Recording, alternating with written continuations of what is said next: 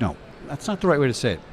Welcome back to GSX 2019, live from Chicago, the last show for Wednesday. My next guest, what's your name, sir? Jason Destine. Of course it is. And what's your website and company name? Company name is Securable Alternatives. Website is www.securablealternatives.com. Now, a little inside baseball. You were one of my earliest interviews back in the day. Back in the day. And I think you were Siemens back then or something way back. It was something. I forget. It was a while ago. Yeah. And we started coming up with this concept of, what's the definition of prevention? And at the time, the word prevention was an ugly word. Oh, no, we can't prevent things. We can only look at them and hope we can do this and we can respond. And I always said baloney to that. I always said, right, if you have enough data, of course you can prevent things. And now you've kind of moved into this space, and you're one of the cheerleaders in this. And I think it's significant that we listen to this voice. Yeah, I appreciate the kind words. I really do. It's something that I am so passionate about. I really believe that we can prevent a lot more and a lot better than what we're doing today. We just concluded a session upstairs on violence prevention in schools specifically. But we had 50 people in the room, and we asked them when they first came in, how many people here truly believe that we can prevent acts of violence? What was your response? Like 3 hands went up. That's all. And then we went through it, and then like an hour afterwards at the end, I'm like, at this point, after seeing what we've shown you today, how many believe that better prevention is possible now? And right. Like 18, 19, 20 hands have gone up.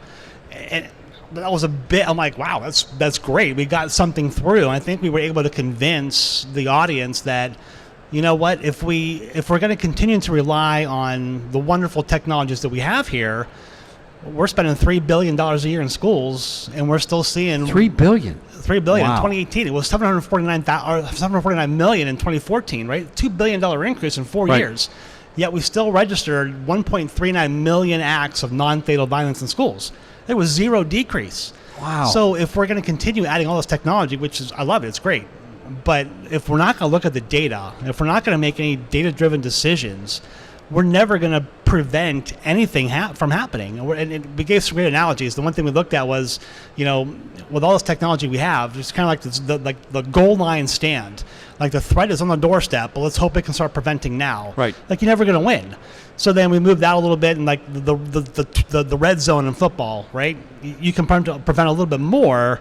But if you go get the bad guy beyond the 50-yard line, you have so many more options. You can identify so many more red flags in the community, per se, and you can prevent a lot more. Maybe not everything, but a lot more. So, well, let's define prevention. I mean, that's a slidable word. It can mean a lot of things. Here's one definition to me. If I had gunshot detection here, and it alerted everybody that some guy had a 45 over there, and he killed 2 people over there, but now the 100 other people got away, that's prevention to me. A lot of people will say, no, that's absolutely not prevention. That's just mitigation, right? So there's different levels of this. What's your definition of that? Because I think that's important. To me, you can't prevent anything until you have identified red flags in the community, red flags in the school, and looking at the right data. Just as prevention has a sliding definition, what's a threat assessment? Is it a consultant going in and saying, okay, I've done this threat assessment, your biggest threat is active shooter? Right. Well, it's a no-brainer. Like, everyone's going to say that. What are you basing that information on? What data have you analyzed? What have you really... It's just one opinion. It's just one opinion, right? We interchange threat assessment, risk assessment, vulnerability assessment. We interchange those words all the time. And as a school, they have no idea. So until we really define all these categories, we're just going to continue throwing money at the problem. We're never going to make any difference. So for me, prevention is really, it's a compilation of how much data do we collect, how much information can we really look at and say, I know this information because I have the data. I can now go out and deploy technology that will help me not only prevent, but deter and detect and deny with a lot more confidence. Right. And that is such a huge advantage. And I don't see that happening today. Tell us what some of that data is that people are not thinking about right now. Right. So when you look at it at a school standpoint, we have bullying, we have acts of hate, we have fights, people are bringing weapons, there's drug usage, there's gangs, there's assault, all these different things, right? If we look at them as individual statistics and do nothing with it, it's just an individual statistic. Good point. But if I can show you that, Johnny or Janie over here is on this pathway to violence based on the occurrences of bullying, hate, and weapons, and absenteeism, and truancy, and social media posts and ideate, those individual occurrences mean nothing individually, but when I collect them and put them together and deploy that information upstream quickly to a threat assessment team or a mental health provider or a principal or whoever it may be, you can make a really good informed decision like, hey, I have a lot of useful data. This person's on a pathway to violence. I need to intervene and prevent this, whatever it may be, from occurring and get them to a better place where their mental health can be evaluated better or they're just in a better place. I got a trick question for you. Lay it on me. Is the absence of data itself? It could be. It very well here's could what be. I'm thinking about. I'm thinking about the quiet guy that we don't hear about. He doesn't say anything. He's too quiet. He's too withdrawn from the group. He's too socially disconnected. Yeah. And maybe his non-participation is a red flag.